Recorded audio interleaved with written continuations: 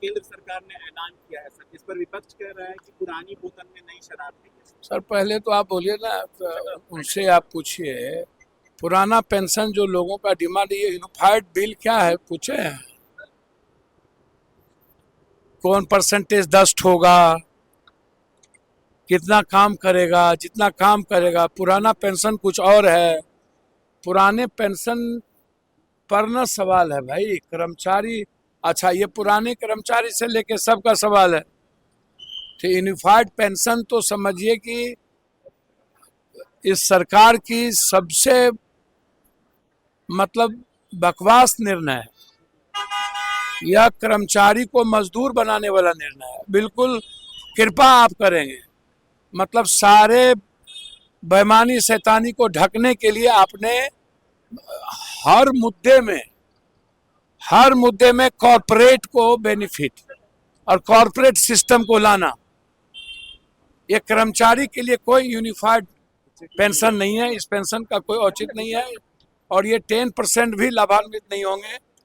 ये बिल्कुल हर तरह का कानून ही इनका बिल्कुल इस देश में आम आदमी के हित में नहीं होता। ये कर्मचारी विरोधी तो सब दिन से है। नौकरी पेशा ही अब ये खत्म कर दिए हैं। तो पुराना कर्मचारी की बात तो इन्होंने की नहीं। अग्निवीर आप उठा के देख लीजिए, तो नौकरी पेशा वाले, अच्छा बैंकिंग की बहाली होती नहीं है, रेलवे की बहाली होती नहीं है, न्यू नौकरी कोई है नहीं। तो ये जो यूनिफाइड पेंशन है तो अपने फायदा के लिए इन्होंने ले आया। नौकरी अब होनी नहीं है, किसी को रोजगार मिलना नहीं है। अब प्राइवेट नौकरी की बात आप कर रहे हैं। पुराना पेंशन कुछ और था और अब अभी निजी प्राइवेट पेंशन में भी जो अब बात हो रही है, तो ये प्राइवेट पेंशन, प्राइवेट जो रोजगार की बात कर रहे हैं, किसकी बात कर रहे हैं? कौन है उसमें? प्राइवेट रोजगार में किसके यहाँ मिलेगा? आप उठा के देखिए ना, कॉर्पोरेट के यहाँ है ना। तो यूनिफाइड पेंशन बकवास है, इसका कोई मतलब नहीं। मनोज तिवारी ने कहा है कि राहुल गांधी को मेंटल हेल्थ इलाज की जरूरत है, चेकअप की जरूरत है। किसको? राहुल गांधी। मनोज तिवारी ने हाथी चले बाजार, कुत्ता भूखे हजार।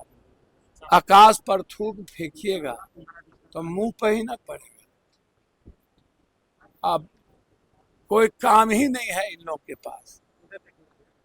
हिंदू मुसलमान के आधार पर और बैकवर्ड फॉरवर्ड के आधार पर ये चुनाव जीते हैं। ये लोग हर बातों में नेहरू, राहुल गांधी। तो हमको तो कभी कभी डर लगता है कि जो लोग ऐसी बात करते हैं, क्या उनके घर में राहुल गांधी के लोग ही घूमेंगे क्या? उसके अंगना में राहुल गांधी का सब कुछ दिया हुआ है क्या? राहुल गांधी जी को किसकी जरूरत है, किसकी जरूरत नहीं है? राहुल गांधी जी सक्षम है अपना इलाज कराने के लिए, ठीक है ना। इलाज उन लोगों की जरूरत है जो राहुल गांधी से डरते हैं, जो राहुल गांधी की सच्चाई का खौफ है जिसके भीतर। और हम नेक सलाह देंगे, राहुल गांधी या नेहरू परिवार को गरियाने से बेहतर है 10 साल में और तीसरे बार जनता जो आपको मौका दी है उसमें आप विशेष राज्य विशेष पैकेज के लिए लड़िए। बिहारी हैं आप, उठाइए विशेष पैकेज विशेष राज्य देने के लिए।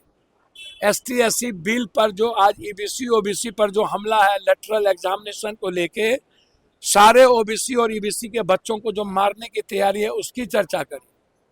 और एक तो पहले ही OBC को क्रीमिलियर में आपने झगड़ा लगा के मार दिया, अब ST SC में क्रीमिलियर ला करके आप ST SC को खत्म करना चाहते हैं। तो आप जो लगातार आदिवासी, दलित, EBC OBC के बच्चों और जीनियस बच्चों को की जिंदगी पर लेटरल एग्जामिनेशन को लेके खत्म करने और अध्यादेश नहीं ला रहे। 67% जो आरक्षण इस सदन ने लाया था, नीतीश कुमार जी एंड गवर्नमेंट, तो हम जानना चाहेंगे उस पर अध्यादेश क्यों नहीं आया। और जाति जनगणना नीतीश कुमार जी भी थे, तो जाति जनगणना में जब नीतीश कुमार जी खुद ही करवाए तो इलाज की जरूरत पहले बीजेपी वालों की है कि नीतीश कुमार के साथ सरकार बनाए हुए। महबूबा मुफ्ती के साथ पहले ही लव मैरिज कर चुके थे। और आज राहुल गांधी जी या कांग्रेस लोकतांत्रिक मूल्यों पर। कब महबूबा अलगाववादी के साथ बीजेपी जो गाली देता था, तो पहले ही बीजेपी ने शादी लव मैरिज करके फिर तलाक ले लिया। और नीतीश कुमार जी जो सबसे पहले ओबीसी, कांग्रेस के बाद, गहलोत के बाद जाति जनगणना की बात नीतीश कुमार जी ने किया, और नीतीश कुमार जी के नेतृत्व में ही ये सरकार चला रहे हैं, तो इलाज किसका होना चाहिए? बीजेपी का कि राहुल गांधी जी का? तो पहले अपना इलाज कराए ना भाई।